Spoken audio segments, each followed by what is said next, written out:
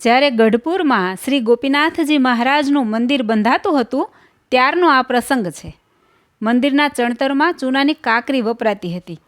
તે ચૂનાની કાંકરી પૂરી થઈ રહી એટલે પાર્ષદ નથુજીએ મહારાજ પાસે આવીને પ્રણામ કરીને કહ્યું કે હે મહારાજ, ચણતરમાં ચૂનાની કાંકરી થઈ રહી છે અને ઘેલા કાંઠે છે તો ત્યાંથી લાવવી જરૂરી છે.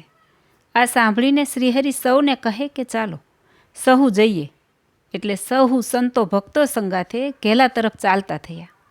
મહારાજ ગાડામાં બેઠા ને ઘેલે આવીને ચૂનાની કાંકરીના ખડકલા પાસે ગાડું છોડીને પોતે ગાડાની ઊંધે બેઠા. થોડી વારમાં પાર્ષદોએ મહારાજને બેસવા સારું બુંગણનો છાયો કર્યો એટલે મહારાજ એમાં આવીને બેઠા ને સહુ પરમહંસને ચૂનાની કાંકરી ખોદવાની આજ્ઞા કરી. ભગવાન શ્રીહરિ એ બધીએ જગ્યાએ ફર્યા અને આટો દઈ પરત ગાડાની ઊંધે આવીને પાછા વિરાજમાન થયા. એ વખતે સચ્ચિદાનંદ સ્વામી ત્યાં આવ્યા ને મહારાજને અતિ હેતથી પ્રણામ કર્યા. મહારાજે સ્વામીને પૂછ્યું કે સચ્ચિદાનંદ સ્વામી, વાડીએ રીંગણાની કેવી છત છે?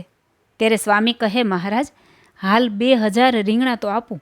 એ સાંભળીને મહારાજ બોલ્યા કે રીંગણા તો તમે આપો, પણ લોટ, ઘી, તેલ વગેરે જોઈએ એ કોણ આપે?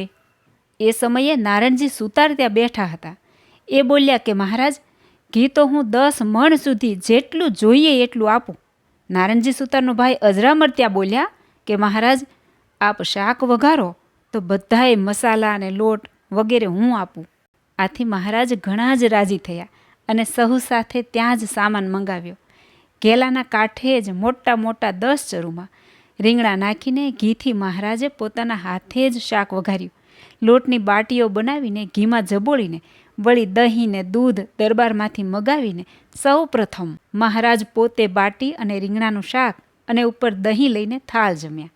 જમીને ચડું કરીને મહારાજ પોતાના થાળની પ્રસાદી સચ્ચિદાનંદ સ્વામી, નારાયણજી સુતાર અને અજરામરને દીધી. આ જોઈને શ્રીહરિના સખા બ્રહ્માનંદ સ્વામી તુરત જ રમૂજ કરતા હસતા હસતા બોલ્યા કે મહારાજ, તમારું કામ એવું કેવું કે કાંકરી તો અમે કાઢીએ છીએ ને પ્રસાદી તો કોક જમે છે. મહારાજ સ્વામીનો ભાવ પામી ગયા અને હસતા હસતા બોલ્યા કે જેનો માલ એને પ્રસાદ.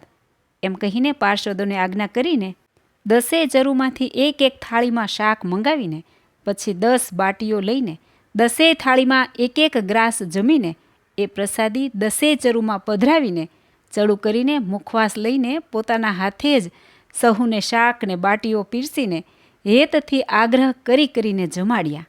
સહુ જમી રહ્યા પછી સહુને મહારાજે છાતીમાં ચરણારવીને દીધા અને અતિ રાજીપો વર્તાવ્યો. ત્યાર પછી મહારાજ ત્યાં જ બુંગણનો છાંયો કરેલો હતો ત્યાં જ પોઢ્યા અને સાંજે સહુ સાથે દરબારગઢમાં પરત પધાર્યા. જય શ્રી સ્વામિનારાયણ.